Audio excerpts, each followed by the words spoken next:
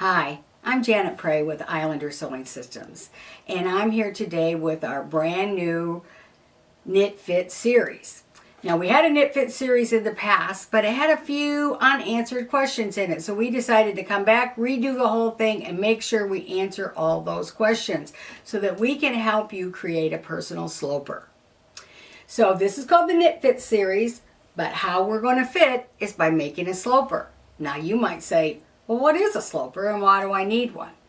Well, a sloper is the basis for any pattern. So whenever a pattern is created, it's created from a sloper block.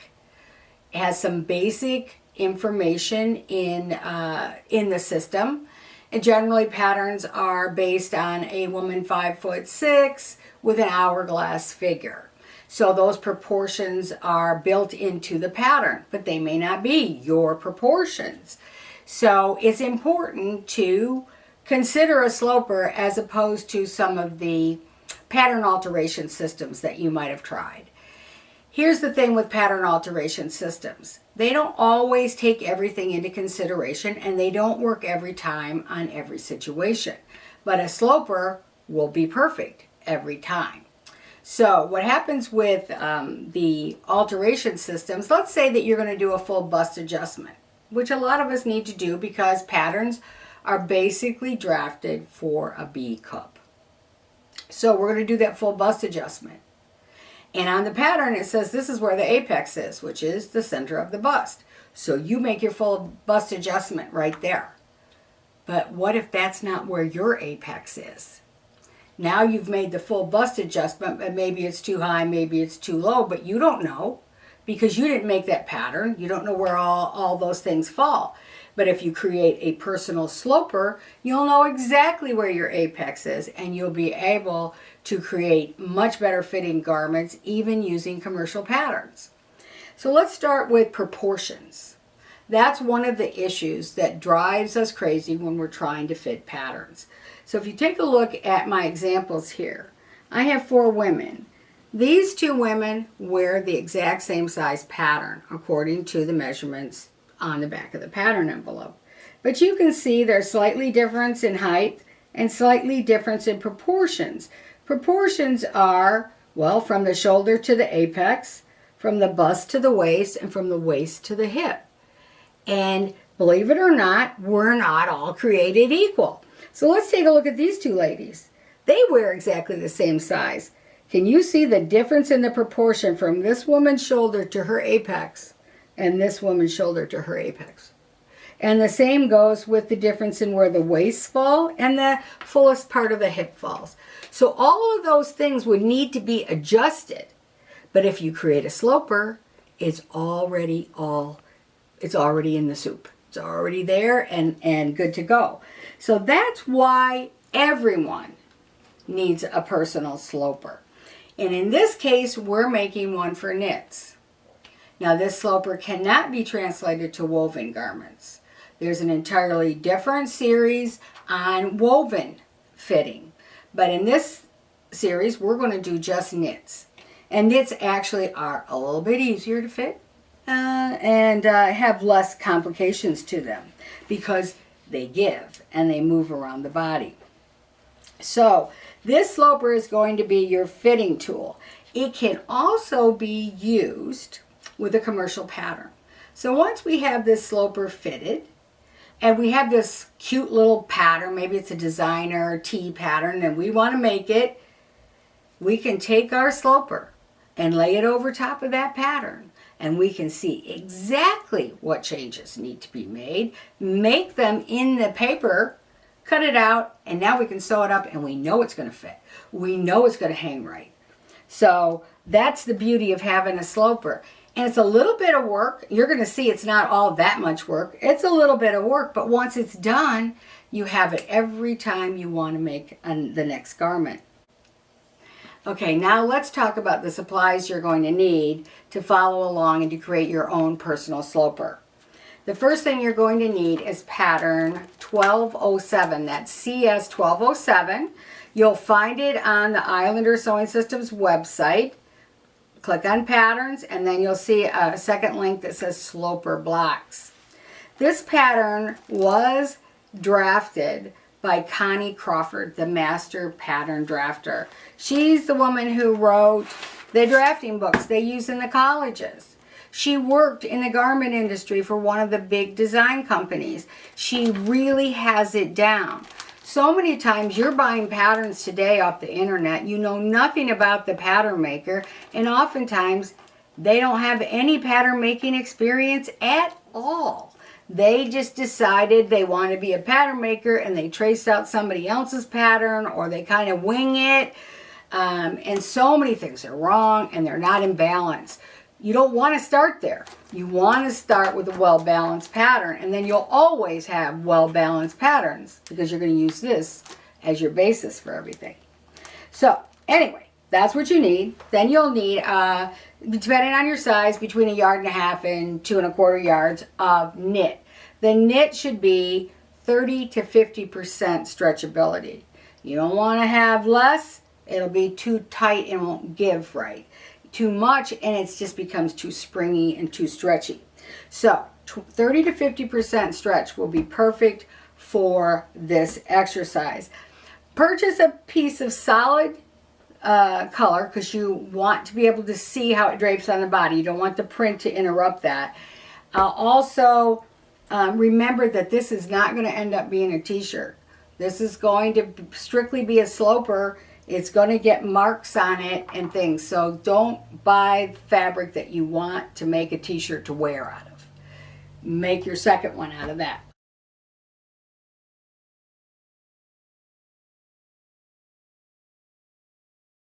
Okay, you're going to need measuring tools. One I would recommend if you have to measure yourself and be accurate.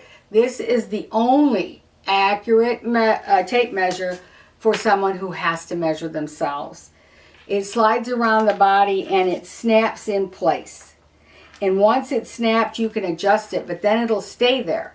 Now you can unsnap it, if you had it around your waist, unsnap it. Now you can take a look, and there's a real good red indicating line that's going to tell you exactly the measurement. Exactly. And so that's a great thing if you have to measure yourself. And there's also a little video here on YouTube about the Easy Check. It'll explain even more about it if you're interested. Or just a basic tape measure. You're going to need something to measure with. If you happen to have one of these bendable measures for going around curves, it'd be great, but don't go out and purchase one. You don't have to have it because I can show you how to use this one to measure curves as well. Some pattern paper, because when we get done, your pattern's not going to look like it did in the beginning, so you're going to want to trace it out onto a fresh piece of paper. And and we also have that. Any of the supplies, we've got links down below here on YouTube that will tell you where to purchase these supplies. Oh, this is another great measuring tool. 6-inch ruler. We like these so much we created our own. These are great for measuring little areas and checking seam allowances and things. I have one on the ironing station, one at the sewing machine, one at the drafting table, and I always lose them. So, okay. And then when they talk about the Sharpie, you're going to need a Sharpie, fine to medium tip. Black is best. You want to be able to see this. This is going to be important. And then when you're done and you want to make the t-shirt, you've got your pattern all done, then you're going to need tapes. These are excellent for making t-shirts. One is the Superfine Straight Tape. It adds no bulk to the shoulder, but it keeps that shoulder seam from ever stretching out of shape, so your garment stays nice and hangs well. The double-sided tape, you put in the hems, and let me tell you how nice this is. It tames the curl out of those hems like you wouldn't believe. It makes putting a hem up in a knit just as easy as it is in a cotton. So those are great to have as well. And the reason I'm telling you about that is that we do have a kit. And it includes the pattern and the tapes and the fabric. And you can purchase the paper separately if you like. But you can see the kit on our fitting page of our website, or you can check the link below here. Repositionable tape, that's a good thing to have. So this is tape that easily comes off. So if you tape something and it's not quite where you want it when you're adding a little paper, changing your pattern a little bit, so you may need some of that. So that's what you'll need for supplies. Now it's time to get the pattern out. So you get your CS1207, the Sloper block pattern, and cut it out. Now, what size should I make? We're going to start first with what's the fullest, your fullest bust measurement. So that's straight across the apex, and when you measure that around, make sure that tape stays straight and parallel to the ground. So you want everything to be nice and straight around. And when you come up with that number, let's say that fits within the size 12 bust measurement. That's the size you're going to cut out. And you might say to me, which a lot of people have, but wait a minute, my waist and my hip don't fit into that same measurement. That's okay, because the most important part of getting this started is the bust. So then, let's say that, for instance, you measured a 12 in the bust, but a 16 in the hip. I just took the marker, and I used a red marker because I want you to be able to see it. You could use a pen, whatever. But then I just slightly keep moving right on out to the size 16 or 18 or whatever you need. More is better than less. You got to have at least enough to go around. If you have too much, it's okay, because this isn't the pattern. This is the fabric that's going to help us make the pattern. So go out as far as you think you need. All right, so you've done that to either the front or the back. You have to do the same thing to the other piece. Now, this is one thing that a lot of sewers, home sewers, were never taught, which is to balance the seams. The side seams must be balanced. If they are not balanced, the garment will not hang straight at the side seam, which is what our goal is. This nice and straight like that. If they're off, it'll pitch forward or it'll pitch back. So if you have a garment that pitches on the side seam, that's what's wrong. The side seams aren't balanced. Here's how you balance them, or how you check. If you bought one of those online patterns from a small company and you're not sure, you could just lay them on top of each other, and if the side seams are not balanced, which means identical in shape, then that's not a good pattern. That's not a good pattern maker, and I wouldn't bother even making it up or buying another one. I am just amazed at how many people are making patterns and how those patterns are just not going to give us good looking garments. So now I'm just going to trace on the second piece the same line, so that I have a balanced seam, even though I know it's going to be a little bit too big for me. But most important is the fullest part of the bust. That's the measurement you want to start with, and that's the size that you're going to pick. All right, so now, before we go today, I want to talk about the dress form, because that's what I'm going to be demonstrating, is fitting on a dress form. And a dress form can be extremely helpful because it gives you a lot of those proportions and indications. So for example, when we go to fit our sloper, we know that the seam, the shoulder seam, needs to end up very straight and centered on the shoulder. Straight down the center and straight. So we have that line right on a professional dress form, so we can see what when we put it on there. The same as the side seam, and the side seams are even raised, so we can really make sure, again, that the pattern is balanced, because the side seam should follow this line. Okay, the same thing happens here.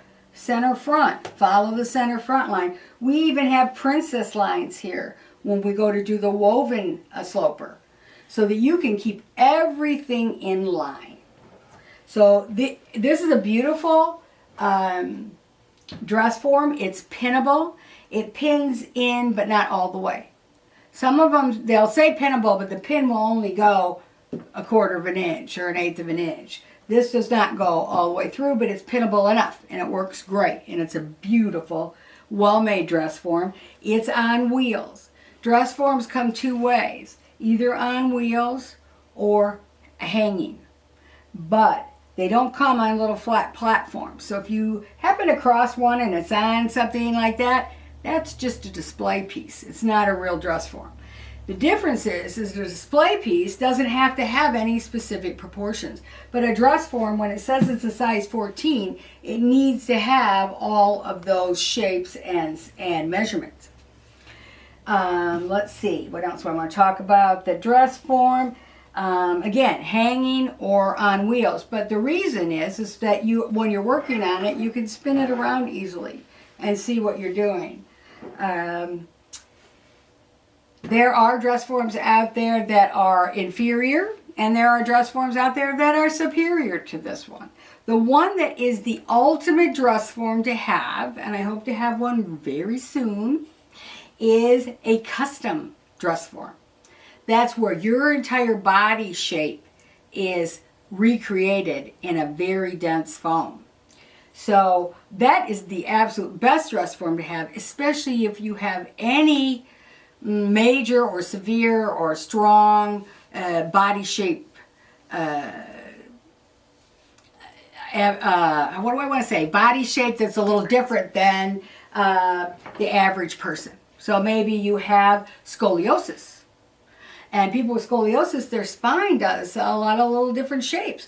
But they can have garments hang just as beautifully as someone who doesn't, because if they have the proper sloper. But that's a person who would definitely need the custom dress form. The dress forms to avoid at all costs are the ones with the little dials on them. They're worthless. First of all, those dials freeze up very quickly and they don't work anymore. But you cannot adjust them precisely. You can adjust them, but you can't adjust them precisely. And to make a well-fitting garment, you need to be precise. You need to be at least within 1/4 of an inch, but we try to be within 1/16. And you can't do that with the dial-y things. And I think they're overpriced too. There's like $200 for one of those things, and I just don't think they add that much to your world. The other one to avoid at all costs is make it yourself. Don't do it. There are so many things wrong with it. Now, I always said I wouldn't do it because I didn't want to see those things are not pretty. When they get done, they're kind of lumpy and bumpy and they're brown, and most people that have made them, they keep them covered because they don't want other people to see them. They're not attractive. And they don't necessarily hit all the right proportions, because once you take it off your body, then you got to stuff them, and you might not stuff it exactly right. You might put a little more stuffing in one side than the other. So don't do that. Just don't. People who have done it will tell you the same thing. They wish they hadn't. Don't do it. So I think that's about it on dress forms. Of course, we'll be continuing with the series in the next episode, and we'll talk more about dress forms then. But make sure if you want a dress form, you get one that is pinnable, one that is on wheels or hangs, and that has all these nice seamings. Like we know exactly where the waist is, exactly the straight of the side seam. All right, well, until next time, I'm really glad you joined me, and I hope you will subscribe here on YouTube. There's a red button somewhere here. Click that, and you'll always hear when we're putting up the next episode or any other episodes, which we plan to do a lot of. We'd also like you to visit our website, which is islandersewing.com, and sign up for our newsletter. We do a really nice newsletter. It's got a lot of good details like what we're talking about here and more. We also, do sales and contests and all kinds of great things that are all announced through that newsletter. So you'll find that on the top of our website. Click on newsletter and please subscribe. And hope to see you here again real soon. Thanks so much from Islander Sewing Systems.